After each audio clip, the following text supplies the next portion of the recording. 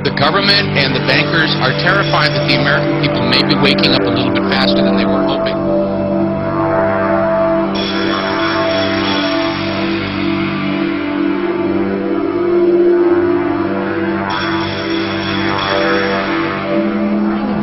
Taking a big new step, looking to build a huge database of people's physical characteristics. The FBI is taking on a billion-dollar project to gather fingerprints, palm patterns, even digital pictures of faces. Eventually, it could expand to include iris patterns, face shape patterns, scars, even information about how you walk and talk. It's called biometrics, and it could change the face of law enforcement.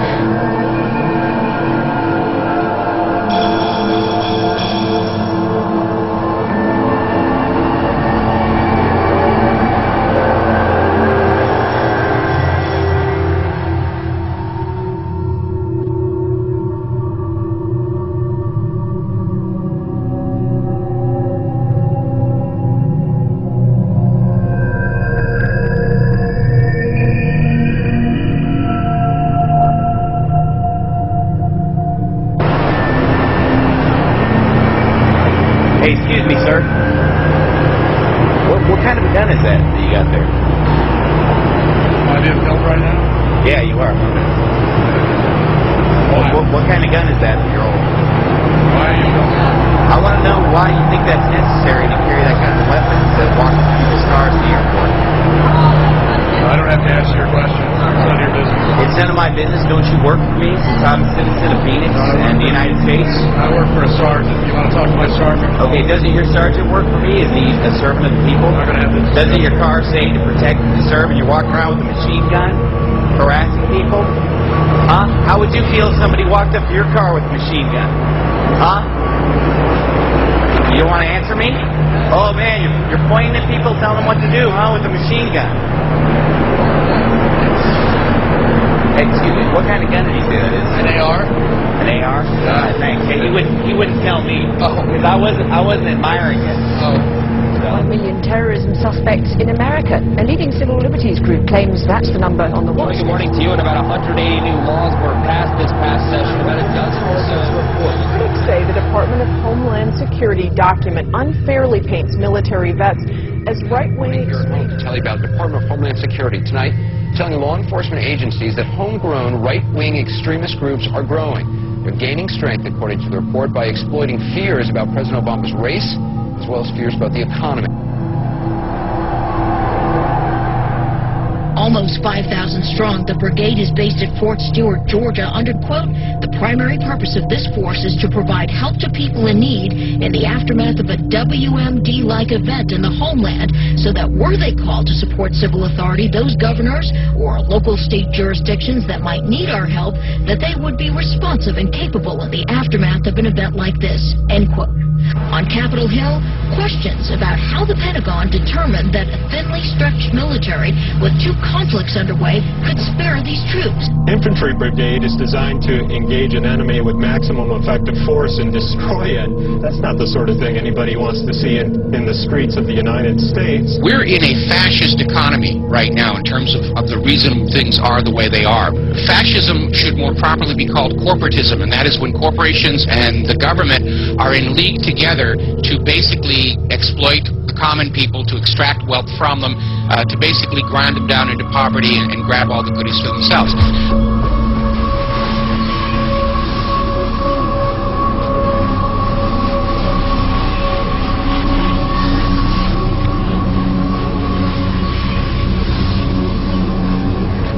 So basically, all or most of you engaged in all or at least some of the activities that actually created this crisis, in my opinion. But basically, you come to us today on your bicycles after buying Girl Scout cookies and helping out Mother Teresa, telling us we're sorry, we didn't mean it, we won't do it again. Trust us. Government is now in hock $546,000 per household. You're never going to be able to pay it off in obligation. Thank you, Mr. Speaker. You know, just moments ago on this floor, there was cheering, there was clapping over the passing of the crap and trade bill. And it's a little tough to get excited. You know, from a political standpoint, I should be overjoyed because I really believe in my heart that when the American people find out, and this is just a part of it, when they find out what has been done to them, they are going to be livid and they're going to throw some people out of this body. I just know that'll happen. But I care more about America than I do politics. And I know that we'll be facing the single moms that heard from last summer. They can't afford the gasoline bill. They can't afford the propane. You didn't do a great thing. You hurt some really decent families struggling, trying to make it, and this is going to be their death knell. It breaks my heart. I yield back.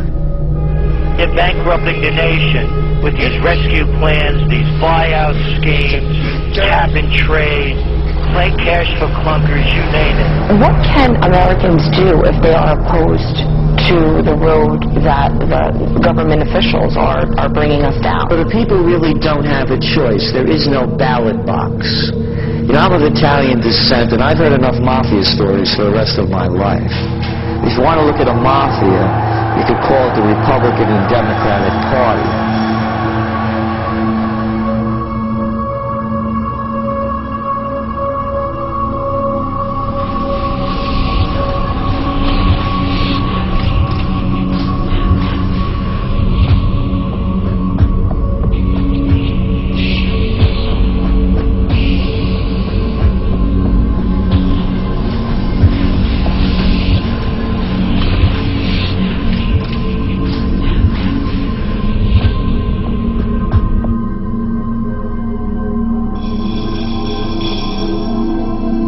What's happening under the Obama administration is unprecedented with these rescue schemes, bailout plans, the takeover of major corporations, on and on and on.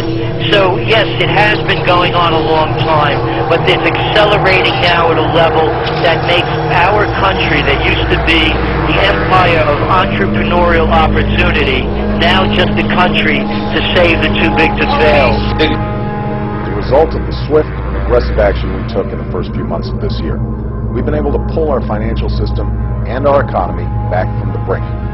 We took steps to restart lending to families and businesses, stabilize our major financial institutions, and help homeowners stay in their homes and pay their mortgages. We also passed the largest and most sweeping economic recovery plan in our nation's history. Green shoots that they think they see don't reflect any genuine economic growth. They reflect the initial reaction to the stimulus. You know, if you shoot somebody up with heroin, you're going to get some type of reaction before there's a withdrawal. Security group called the Q Group. Its headquarters are within the National Security Agency headquarters in Fort Meade, Maryland. However, the group also works closely with FBI counterintelligence officers, as well as something I learned recently, local police department intelligence units. So it's a very large group, about 1,000 agents and informants employed by this secretive agency within a secretive agency, the NSA. It's really answerable to no one. On paper, of course. How is the more liberal Obama administration dealing with this then? Unfortunately, we've seen no change. The surveillance conducted by the Q Group at NSA continues. I've witnessed it myself quite recently.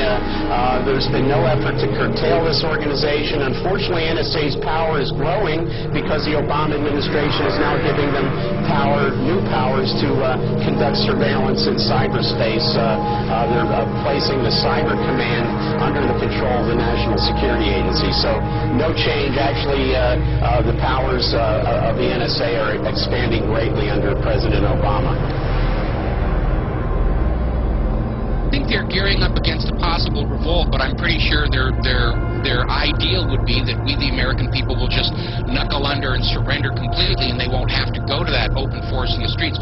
Because the instant the guns start firing in the streets of America, the rest of the country is definitely going to wake up.